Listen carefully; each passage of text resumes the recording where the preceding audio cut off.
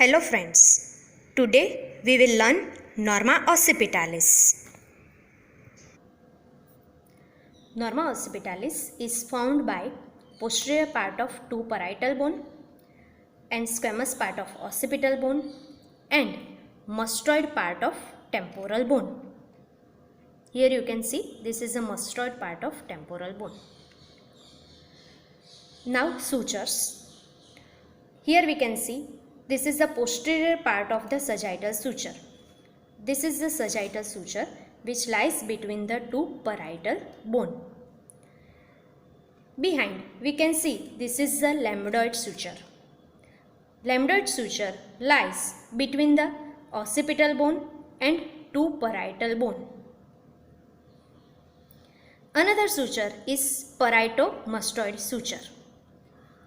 It lies between parietal bone and mastoid part of temporal bone. Then occipito-mastoid suture. It lies between occipital bone and mastoid part of temporal bone. The meeting point of sagittal suture with lambdoid suture is known as lambda. At this point in the fetal skull, we have posterior fontanelle, which closes at the age of 2 to 3 months. This is lambda.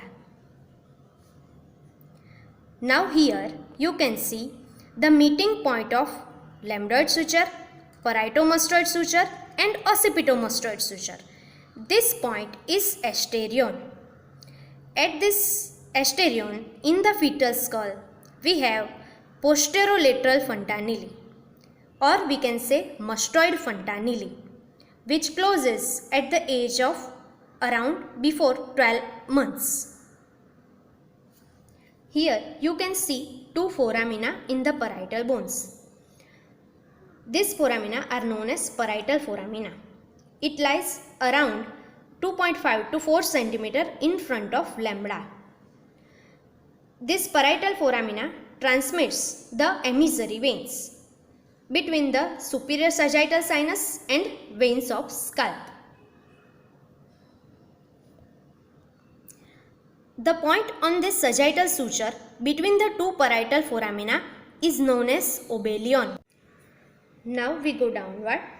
In the midline we can see one bony prominence. This bony prominence is known as external occipital protuberance. The most prominent point on this external occipital protuberance is known as inion. Just above the inion we have another bony prominence that is known as occipital point. This occipital point, it is the farthest point from the glabella. This is the glabella.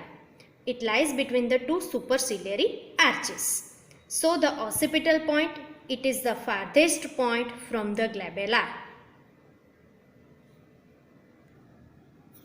Superior knuckle line are the bony ridges which goes laterally from the external occipital protuberance. These are the superior knuckle lines. The external occipital protuberance and superior knuckle line forms the junction between the head above and neck below. Near the occipito-mastoid suture, we have this mastoid foramen. It lies in the mastoid part of temporal bone. This foramen transmits the emissary vein, which connects the postauricular vein with the sigmoid sinus. It also allows transmission of meningeal branch of occipital artery. Above the superior knuckle line, we have another arched line. This is known as highest knuckle line. Highest knuckle line is sometimes absent. Now we will see the attachment. On the external occipital protuberance, in the upper part, there is attachment of the trapezius muscle, and in the lower part, there is attachment of the ligamentum nuchae. In this superior knuckle line, the medial part gives origin to the trapezius, and in the lateral part, there is insertion of the sternocleidomastoid above and splenius capitis below. Now on the highest knuckle line, the medial part gives attachment to epicranial aponeurosis, and in the lateral part there is attachment of occipital belly of occipitofrontalis muscle. When this line is absent, these structures are attached to the superior knuckle line. Here, this is the lambdoid suture.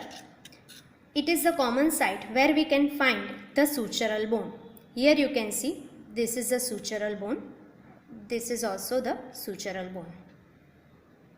Sometimes we can find the interparietal bone. It is the triangular bone which lies in the apex of the squamous part of the occipital bone. It is not the sutural bone, but it represents the membranous part of the occipital bone which failed to fuse with rest of the bone. If present, here we can find the interparietal bone.